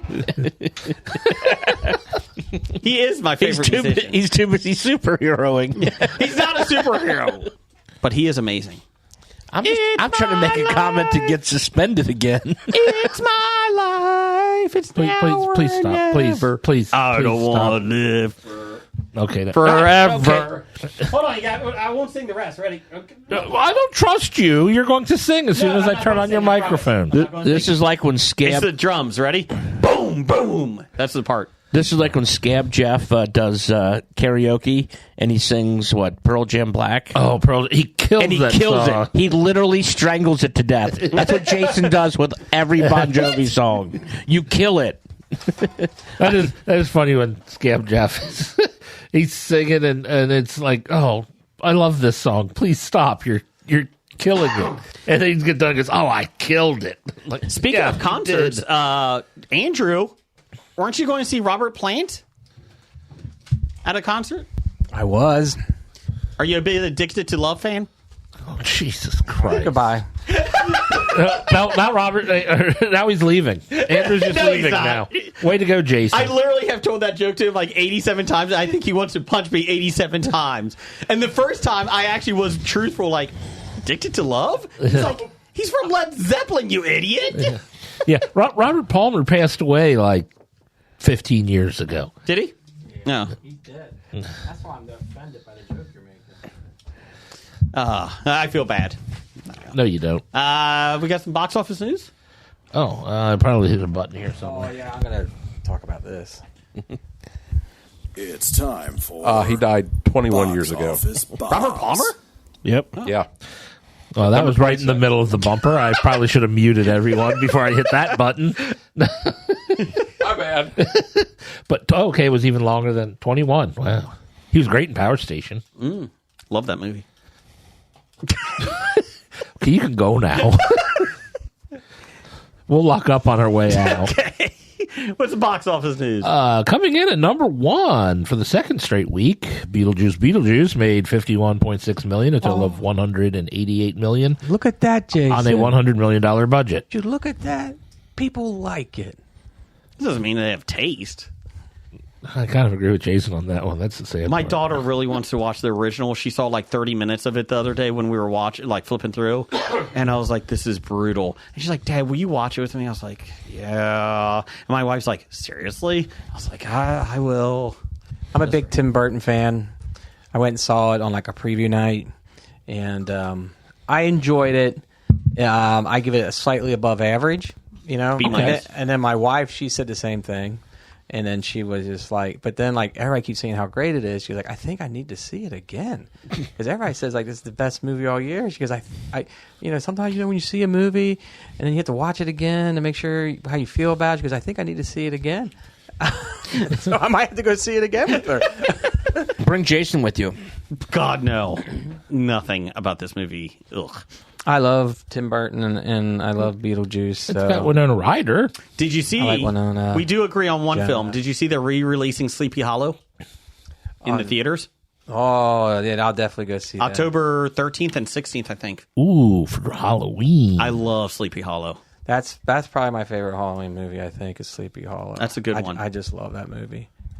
Been trying to get autographs on my poster, and it's been a long process. Journey. Yes. I like Big Fish from what I remember, but I previewed it with you, I think, Jeff, Okay. and I fell asleep. And every time, I'm not exaggerating, every time I've watched it on TV, I've fallen asleep. But I really want to see it. Big Fish, I think, was a fantastic movie. I heard it. I remember parts of it being good. Was that Burton? Yeah. Oh, for some reason Yeah, I I've watched didn't associate it with Burton. my last favorite movie from Burton, and I told you this. I think you agreed with me and thought it was both pretty good, was the Dark Shadows. And I watched that again the other day, and I said, yeah, this movie is pretty good. So, Well, it's one of the best movies ever made. It's got Michelle Pfeiffer in it. it does have Michelle Pfeiffer. No Fabulous Baker Boys. Well, no, Michelle Pfeiffer isn't slinking on a piano in Dark Shadows. But what I thought was fascinating was the explosion. I don't know if you guys talked about this yet. Is the phenomenon behind popcorn buckets at theaters? Yeah. Oh, I don't know if you guys talked about it or not. We have not. well, we've talked about it when a new Goofy one comes out. The Dune. Yeah. So, Fisting and then bucket. the Wolverine one. so I'm part of a Facebook group, and they had announced that theaters are starting to release the merchandise for Beetlejuice. This was like in the beginning of like towards the mid-August, and I was like, oh my gosh, it's like a month before the movie comes out. So I go up there, and I literally grabbed the last piece of merchandise that they had left, and it was like the last one they had. And the guy told me, I don't know if we're getting any more in. I don't know. So I grabbed the Shrunken Head Bob and drink, and then and I was pretty happy with myself. Like, okay, I got something at least. And then and then stuff just disappears overnight. You know? I mean, it's just a whole month. Like, it's not even available for the release of the movie. So a week or so before that, when my family was out of town, I was watching movies all weekend. They had the theater by us had tons of those Beetlejuice things, and I didn't even think about it. Like they had the popcorn buckets. I guess they just went out that day or similar. So I was like, oh, if it was something I like, I would have bought some. Or if you would have let me Yeah, know. well, now my wife knows I like the popcorn. I've been cutting the popcorn buckets, the metal tins, for a while now, all the way back to like the Avengers. And so I always like to try and get them for my favorite movies. But now they're releasing them in advance and they're selling out because now people are like trying to resell these things. And it's just very frustrating as a fan. So now you got freaking, if it's a movie coming out and you know you're probably going to like the movie or a fan of that genre, now you got to start scooping out the theater a month in advance. It's like toy hunting back in the 90s, you know? So it's a little ridiculous because I don't want to overpay for a piece of tin either, you know? And then when you buy it in advance, I mean, what are you going to do? You go, yeah, boss put popcorn in, I'll take it home and eat the popcorn, you know, a month before the movie. So yeah, I kind of feel like I'm getting ripped off because I'm going to buy popcorn probably when I go to the movie too. So they get 2 popcorns out of me. Well, see, what they want you to do is actually come to another movie when you buy it. So, like, you know, you come to a movie a month before the movie you really want to see comes out. Yeah, but it's been slim pickings for me this year. So You should go see Trap. Was it still in the theater? No, it's finally on video on demand. That's what I thought. Well, my wife, she finally kind of got a little bit into the whole merchandising of the movie. She doesn't buy anything. But then when she found out, because she always brings a blanket with her to the theater, so she found out they had a Beetlejuice blanket. She was like, I really want the Beetlejuice blanket. So I drove to 2 theaters, and nobody had the Beetlejuice sold out. So the Batman bucket is Call ahead. Say, do you have the Beetlejuice blanket? If you do, we'll come and watch the movie at your place if you can put one on hold for me. I will be there by this time. There's a smaller theater a little bit farther away that we sometimes go to, and they had their souvenir cups. I'm not kidding. Taylor Swift, Trolls 2 or Trolls 3. Wow. And there's the last Disney cartoon. They have a lot left over, huh? Yeah. There's none of the new ones. oh, really? Yeah. I was like, Trolls 3, that came out last year. Okay. So they're like buying overstock from the major chains. Yeah, them in their pretty theater. much what they're What doing. you guys got? Just give it to us. Yeah, what do you got extra of? We'll take them. You know what's real fun is when you're working at the movie theater and you're selling the cups for the next big blockbuster coming out, and then 2 weeks before it comes out, you're informed you're not getting that movie, yet you still have to sell the cups and popcorn bags and merchandise for that movie. Would that be Phantom Menace? No, Oh. it was the third one. Well, Revenge of the Well, now they're releasing popcorn buckets. I saw this in the they were releasing a Pennywise and a Chucky, and there's no Pennywise or Chucky movie coming out. But they have them up at the theater, and guess what? They're going to sell out instantly. Oh, yeah. it's just something that's a new Just wait fad. till Terrifier 3 comes out with theirs. I can already see now. This is going to get intense. When Do you lose your hand when you put it in? The Terrifier 3, you lose at least a body part. People are already asking about the Terrifier merch. So Oh, yeah. Dude, it's going to make tons of money. yeah, the theaters are going to make hand over. They're going to make not only 50% of ticket money, but now they're going to make all this merchandise money. Well, they finally got budget on it now. They got a budget now for Terrifier. The guy, I think it's $10 million. Somebody gave him $10 million to make the third one, and like the first one was made for like $40,000. So good for him. What else you got, Jeff? Oh, geez. I thought I was done. We only got to number 1. Number 2, Speak No Evil, made $11.5 million in its opening weekend on a $10 million budget. This looks creepy. Got its money back, It's getting good reviews. as a lot of low-budget scary movies do. You're either going to have blockbusters or low-budget scary movies. That's what the theater is going to be.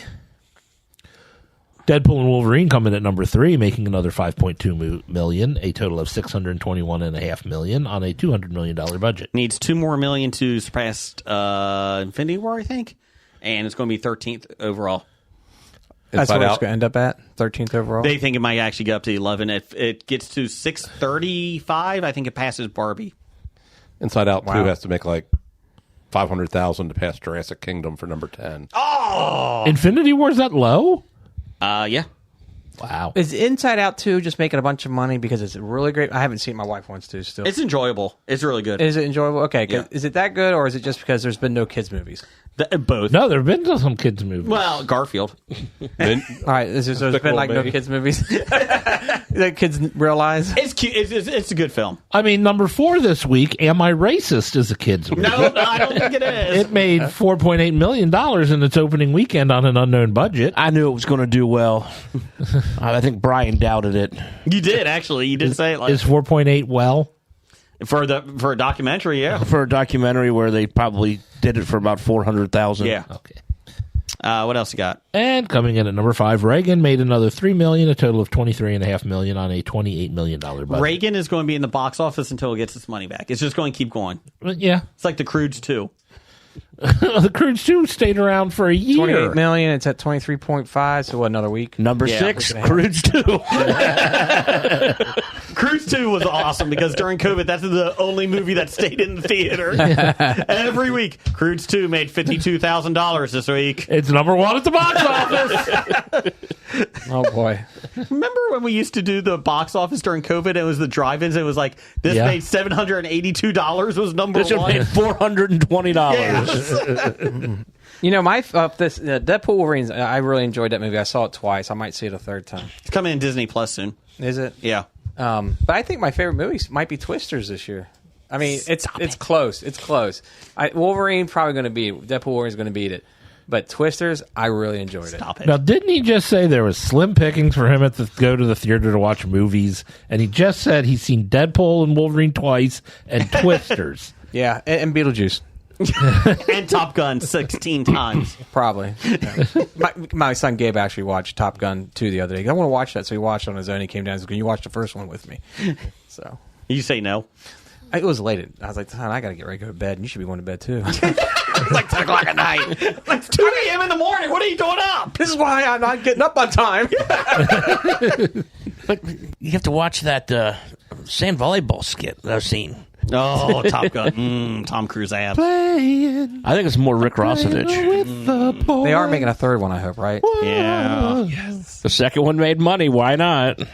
Same thing with Beetlejuice. I know, like, Tim Burton joked around, like, it'll be like another 20, 30 years for him, so I'll be too old to do it or something. But, man, look at it. It's already at what? 188 million on a. Oh, they're making a third. Beetlejuice. You should get Neil Gaiman to write it with him. I just hope it has a smaller group of characters. I think it had a little too many. Too many characters? Yeah, I think there was like 2 characters they could have just done out. That's what I keep hearing is that they said they should have focused it more. Yeah, I think that if they do Beetlejuice, it should be just about Winona and Beetlejuice. And So I'm assuming they didn't bring back Alec Baldwin and Gina Davis? No. no. Okay. They announced they weren't going to. Spoilers. Well, I mean, would you want Alec Baldwin in your movie? Well, just don't give him a gun. I didn't want to say anything. Oh boy. Hey, we're going to give you a walkie-talkie. We're doing the ET way. But I'm a sheriff. I'm a sheriff. I'm a sheriff. I will point my walkie-talkie at you. That's what they should do for Rust. Everything gets taken out as a walkie-talkie now. Just give us a that'd be couple funny. of them so we can get to top 5. I will give you as many as I want. Whatever. What do you got? We have a mistake. In the midst of a new scheme of publicly reported surgeon's performance, a gifted surgeon's life is thrown into disarray as her colleagues begin to close ranks, and even her partner, who is a nurse at the hospital, turns her back on her. I fell asleep and listened to it. That is Elizabeth Banks, Oh, well, never mind. Mickey back. Sumner, Simon McBurney, Fern Sutherland, Rena Owen. Okay. Then next we have Never Let Go. Sounds like a good advice. A family that has been haunted by an evil spirit for years. Their safety and their surroundings come into question when one of their children questions if the evil is real. Is this Beetlejuice 3? No, it's Halle Berry, Oh. Anthony Jenkins, William Catlett, Stephanie Levine. Okay. Never Let Go. I heard Bon Jovi say that once. Yes. Then we have The Substance.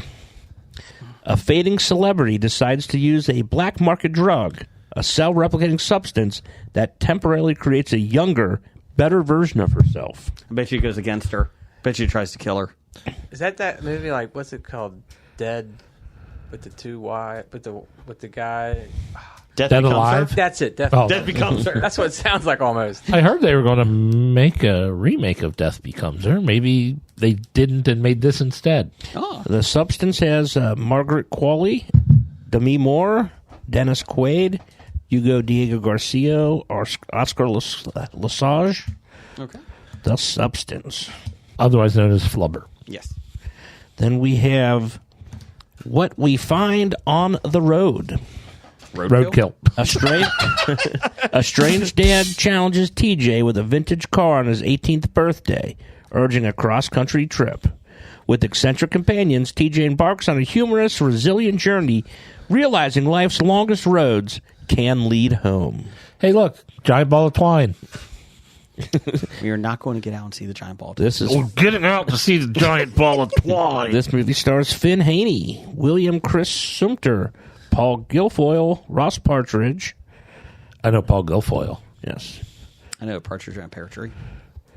that doesn't help. No. Then we have Happy Clothes, a film about Patricia Field. Nice. Enter the colorful world of Patricia Field, the Emmy-winning costume designer behind Sex and the City, Emily in Paris, and The Devil Wears Prada. It has such people as Jean-Michael Basquiat, Kim Cattrall, Lily Collins, Laverne Cox. Is this a documentary? It is a documentary. Oh, okay. And then last, we have Transformers 1. Best reviewed Transformers, 90%. Not kidding. It's getting great reviews. Live action? No, Animated. Animated. The untold origin story of Optimus Prime and Megatron, better known as sworn enemies, but once were friends, bonded like brothers, who changed the fate of Cybertron Well, yes. forever. Oh, that sounds terrible. It's getting great reviews. I mean, how cliched is that? The voices in there, you have Chris Hemsworth, Of course. Brian Tyree Henry, Scarlett Johansson, Keegan Michael Key, Steve Buscemi, Lawrence Fishburne, John Hamm, Vanessa Liguori, John Bailey, A lot of Marvel guys in there.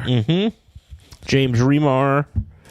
I mean, it's got to be better than Michael Bay films, right? But, I mean, isn't that the same plot as the Mufasa movie? Yes. Okay. They just somehow all forgot about that, though. Now, granted, I guess this is coming out before Mufasa. That's true. Mufasa. Ooh, do it again. Mufasa. Who are they going to use the voice for Mufasa? I think they already shot it. They already so- filmed? Yeah. It's already done? Okay. I mean, I've If seen not, they can AI it because he gave his permission. To Star to Wars. Star Wars. Just Star Wars? Yeah. As far as I know, it was Yep. Star Wars for Darth Vader. Yep. Well, it's same company. That's true. They're going to dub him over every Hayden Christensen line. I don't like sand. It gets everywhere. Every crevice. Every part of your body. That would sound better with James Earl Jones I agree. saying it. That should have been on Letterman's list. Should have been. I don't like sand. Jeff, can you get some top 5 music? Oh. That would be good. You got to hit the button over there. I have to get on the right Yes. screen.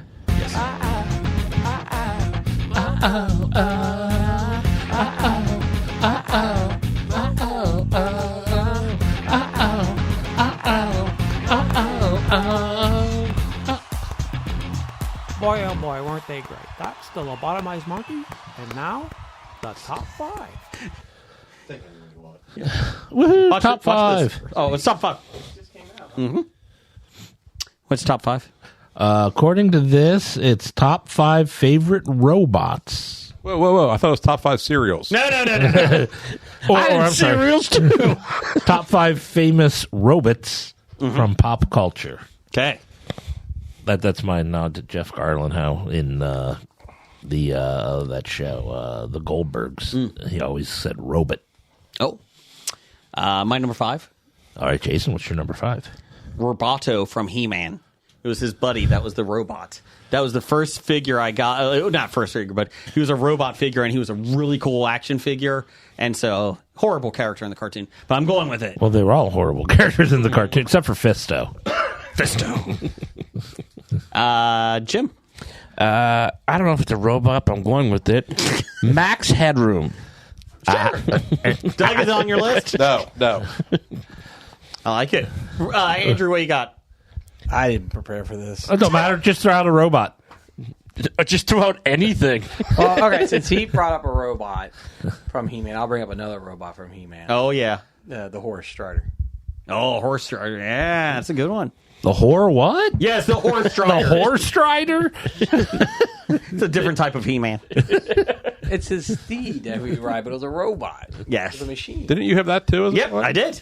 I still do. Who was spoiled here? I was. Jason. Yeah, I'm sorry, but if you were a kid who didn't get a whole lot, okay, for some reason that's the damn vehicle that every kid got. Yeah. You know, you didn't get any of the cool vehicles. You got the horse one. And it was Yeah. always on clearance at all the stores. And Doug, you know, Doug, horses suck. I would say Jason wasn't the kid that didn't get a lot. He got a lot. I did not. He was the fourth. He was spoiled. Well, I Didn't can't you wait get the big G.I. Joe ship? Yeah, no, I got battle drum. The battle. Oh, I can't wait to get to his number one because it's going to be one of those not GoBots. the Walgreens robot. Walgreens. Oh, Grandma tried. Number 5, Doug. I went Maximilian from the Black Hole.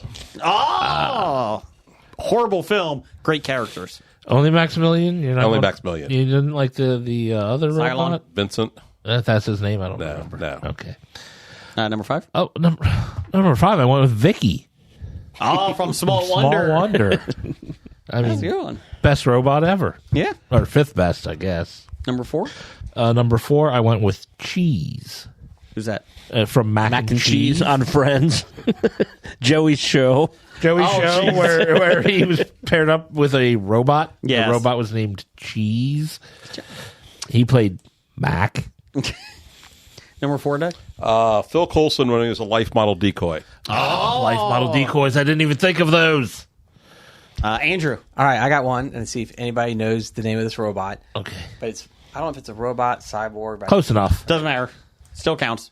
All right, Beta. Beta. Star Trek. Nope. No, that's Data. Oh, Nobody knows it. so I didn't do the Can't Brent place Spiner it. one last year. Greetings, Starfighter. The Last Starfighter. Yeah. Oh, jeez. When he takes Alex Rogan into space to be recruited for Starfleet Academy, they put a beta unit back on Earth that he gets to sample his DNA, and then he becomes Alex Rogan as a robot, but you can't tell the difference. I think I last saw that movie in 1986. It's in my top 5 For worst. for greatest. I so want that movie to have a sequel. Every time he comes on, he brings it up, and Jason badmouths it. Why change now? Number 4 for you. I'll go from WandaVision. I'll go Vision. That's my number 3. Vision. Number 3. Good old Paul Bettany. Yes. My number 4 was Specifically the Paul Bettany Vision, not like the Vision from the comic books. The Paul Bettany Vision. my number 4 was Sentinels from X-Men. X-Men 97. Yep. Cincinnati Comic Expo. Sure, you don't mean the Sentinels from The Replacements. They weren't robots. Oh, 2 nights Are ago you it was sure? on, and I watched They it. were Yeah. much better than robots. If you take the Sentinels from the X-Men 97 against the football team wins every time. Yeah, they You know got why? Keanu Reeves. Heart. Heart. Miles Those, Morales. those robots do not have heart. I just like that they only thought they could get away with one quarterback. Like, you need a backup. You do? No question. No question. Bryce Young does. My number 3 was Vision. Number 3 for you? I'll go Ultron. Oh. Bring it back. James Spader Ultron. Yeah. Robert California Ultron. Number 3? All right, batteries not included. Steve Guttenberg. That's right. Can you get him? Oh, I love Steve. I do too. He's so nice. Get him. I mean, like, you just talked 10 minutes earlier. Like, it's not just easy. Yeah. Well, why don't you just get him? Just kidnap him. Steve, you're coming with us. Well, we can get Kevin Bacon if you just kidnap That's him. true. Yeah, he was okay. fabulous. I think he was only there for like a day. Yeah. Just a pop in, pop out. And God, I wish we could get him a little longer. He's just such a nice person. Number 3, Dick? Red Wing, the Falcon's robotic Oh, yeah. bird. That's a good one. In the comics, it's a real life It's a one. real bird, Yeah. but In the movie, I think they did it better in the movie. they did.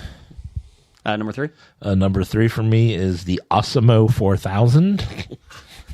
that was the robot in South Park that wrote Adam Sandler movies.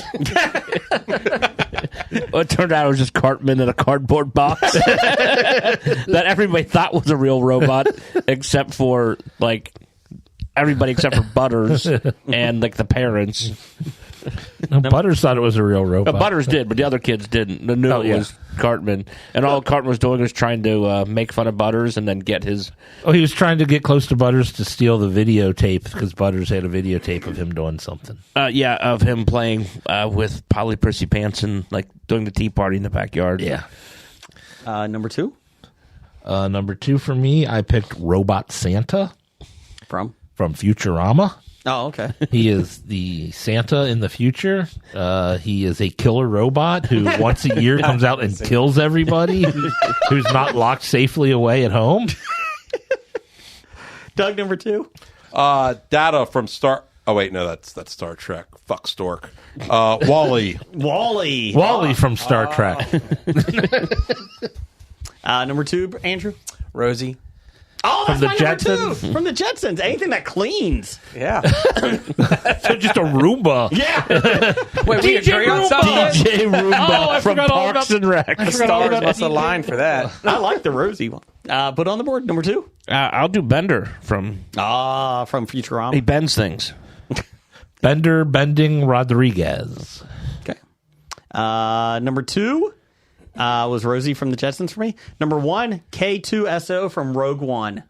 Love that robot. Oh, I forgot. Well, that's one I wanted to put on my list. But the robot from the android from, the droid from Star Wars Outlaws is catching up. Great sidekick. Ooh. Number 1 for you. Bernard Lowe. What's that? Oh, Westworld. Westworld. Bernard from Westworld. When you don't realize he's a robot for a long time, then you finally figure out he is, was one of the greatest turns in that show. What door? Number 1. Me, I consider them a duo, and Okay. that would be R2D2 and C3PO. Okay. I can see putting them together. Yeah. If I had to pick one over the other, it would probably be C3PO just because he's been through every movie. What? Well, just because he talks. I mean, R2D2 just beeps at you and you have no clue what he says. Wait, you can't understand him? Nope. You're an idiot. Number 1, Doug. I hobied it. I went with RX-24 and R-3X. What's that? 24 was also known as Rex, the pilot for Star Tours. Oh, And then after he lost that Star job, Tours. DJ Rex was the other one in Ogo's Cantina. I have a statue of that at my house. I have the plastic Bluetooth speaker Rex Oh, at nice. my house. It's a great ride at Disney. It's an attraction. Oh. It's a ride. They have great hotels there, though. Resorts. Let's see. Randall Holt. Do you like the car? Oh, Sorry, we Jeff. don't need my number one. Okay. Jeff playing the part of Brian this week. What's your number 1? Oh, I don't know if I should. Okay, that's fine. Randall Holt at RJ Holt 666. He's not evil. Just You're let an him know. asshole. What's your number 1? My number 1 is Fresh Cut Grass. It is the player character by Sam Riegel in Critical Role's third campaign. He is a Automaton. no, I can't even say it. Aoran. Aoraton. Is this Something D&D like that. stuff? Yes, D&D Okay. stuff, and I'm just going to talk about it. Okay. Because he was a nice, friendly, caring robot who gave psychiatric help to anyone he could find until he got too stressful. Then he tried to kill you. Did you invite Andrew to your D&D night? We haven't We started haven't had it yet, but Jeff, and I know you've been having issues with the post office, but did you see they have D&D stamps out right now? they came out. Yes. I saw they were coming out. Yes. It takes 6 weeks to get them, though. I will say, now that you mentioned it, this month's box came within 2 days of when it was ordered, 1 day after it went out. So a little different Apparently experience. the Joy listens to you. They must, because I mean, it was only coming from Hamilton, Ohio, and last month had to go via New Hampshire. I can't speak for all the post office, but we believe you should just go and pick that up yourself. You know, With Father. No, in Hamilton. if they had a pick it up yourself option when I order these, I would. You can definitely do it next month. We'll go up to Hamilton to visit the Municipal Brew Works. Well, that's like in 2 weeks. Let's see. Top 5. RJ Holt, 666. He's not evil. He's just handled that way. He had R2-D2, Nebula from Guardians of the Galaxy. He hobied it for number 3. The Terminator, Schwarzenegger, and Summer Glau. Ooh, Summer Glau. Data from Star Trek Next Generation. And Soundwave from the Transformers cartoon. Honorable mentions, Rosie from Jetsons, and he just did this on purpose. Irona, I-R-O-N-A. Iron. It's from Richie Rich. Marvin from Hitchhiker. Yeah. Wouldn't that just be Arna? Whatever. Arna. Marvin from Hitchhiker's Guide I to the Galaxy. forgot Marvin. That should have been on my list. RoboCop. Tweaky from Buck Rogers. And Muffet 2 from Battlestar Galactica original. Twinkie was bad. That's a pretty good impersonation. From Jacoba, tweets by Jacoba, he had Maria from Metropolis 1927, the film. That's a good one. Hal 9000. Marvin, the paranoid android from Hitchhiker's Guide. Hitchhiker's Guide. DJ Roomba from Parks and Rec. You win. And Bender. Honorable mention, the Mars rover. Brian Hour. IQ 9 from Star Blazers. Yeah, there is an R at the end of his name, Jason. I don't believe that. He had Well, this is a guy who can't pronounce iron, so. Twiggy from Buck Rogers. Data from Star Trek The Next Generation. BD1 from Star Wars Jedi series. That's the little guy that jumps on your back. And R2-D2. Good one. Let's see here. We had Brian. Oh, Brian sent his in. yeah. Now, He had the Fembots from Austin Powers. good one. We know what his number one's going to be. Benny and Jet, the robot dogs from Kingsman, The Golden Circle. Okay. Socks, the robotic cat from Lightyear. Optimus Prime from Transformers. What's number 1? The robot from Rocky IV. Zito. Yep. Oh, Jesus. Blake Bot had Alita and C-3PO only because I had relationships with both. Not simultaneously. Well, Dr. Number 1 had Vicky from Small Wonder, Roomba, Iron Giant, RoboCop, and RoboCalls. And Devin, Sci Guy, had Rosie from the Jetsons, the medical droid claiming Padme died from a broken heart. What'd she die from? Broken heart? Really? You're a robot. You should know. She died from a broken heart. R2-D2 and C-3PO. Johnny 5. And number 1 from the podcast, Blake Bot. Let's see here. We also had Facebook. We had, let's see here. Sorry, I thought Jeff was having this, but obviously not. Well, I left my phone in my car, so it's pretty okay. tough to look it up. Well, you could. But I'll give you my honorable No. mentions while you Nick find Mayer it. had Iron Giant, Optimus Prime, Wall-E. He hobied it, R2-D2, and Chopper from Star Wars franchise. Good job, Chopper. Oh, I thought he was going to say GoBots. All the GoBots. Bender from Futurama. Honorable mention. Oh, this is a good one. Baymax from Big Hero 6. He would be on my top 5. Oh, he's a robot? Yeah. Wait. He would be. Why wasn't he then? I forgot. Okay. Steve from Everything I Learned from Movies. Everything I learned from movies. He has Rihanna from The Real Simone. The Real Simone. Robbie the Robot, from Lost in Space. Iron Giant. Johnny 5 from Short Circuit. And Bishop from Aliens. So there you go. Thanks, everybody. Real quick, any other honorable mentions? Honorable mentions, I had IG-11 from The Mandalorian. IG-88. No, IG-11. No, 88's a better one. Well, I can't hear you because you're not talking into the microphone. IG-88's better. IG-88 did nothing. He stood there. He was savage. He just stood there. He did. IG-11 at least like spun around shooting the crap out of everything. We never got to see IG-88 in action. Exactly. Therefore, I can't like him Because he was legendary. And Isaac from Benson? no. That'd be Love Boat. No, from the Orville. Oh, that's a good one. I liked it. Was he a robot on Love Boat? No. That's why he wasn't on his list.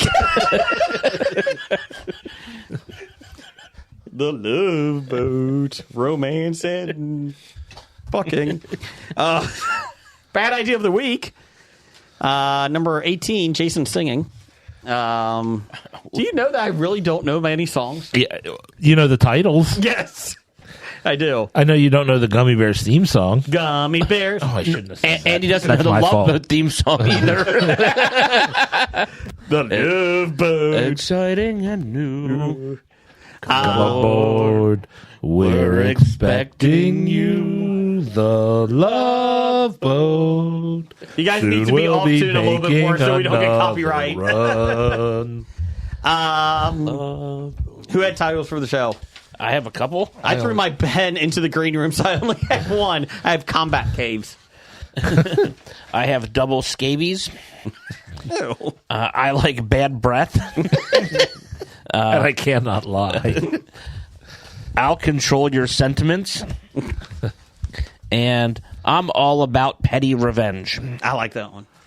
I have the talent in sandals. Fuck you, Jason. I like that one. I had that one too. And I like rabbits. I like rabbits. Andrew, we're going with I Like Rabbits. This is a good one. Andrew, thanks for showing up this week. Thank you, Andrew. Thank you. We'll see you in another 365 days. Give or Yeah, take. that sounds about right. Well, we will see him sooner than that. We will, but not on the podcast. But yeah, Doug, thanks for showing up. Hey, no problem. Thanks for eating the ranch. That was fantastic. Andrew, did you want to take the ranch candy with you? Nope. I'd throw it in the garbage. Wow. They don't appreciate it. No. Just keep it here, Doug. I don't appreciate I it think either. he tried to sabotage me is what he tried to do. In fact, barf. Should have tried the ice cream. Ugh. You should have seen Jeff try the ice cream. I think I did vomit a little with the ice And I cream. love cotton candy, and that is ranch. It's just terrible. Just terrible. Terrible. Do you like ranch? It's all right, but ranch and cotton candy is not a mixture that go well together. Two great tastes. It tastes great together. Ranch and con candy. Wrong. So thanks, everybody, for listening. And Roger says goodbye. Goodbye. Bye. From Walking Dead to Talking Heads, from comic books to TV sets, there's a history. Not so bad, there's the history. It's the history of bad, so bad. The history of bad, it's bad. The history of bad ideas. Podcast. You are listening to a Hobie.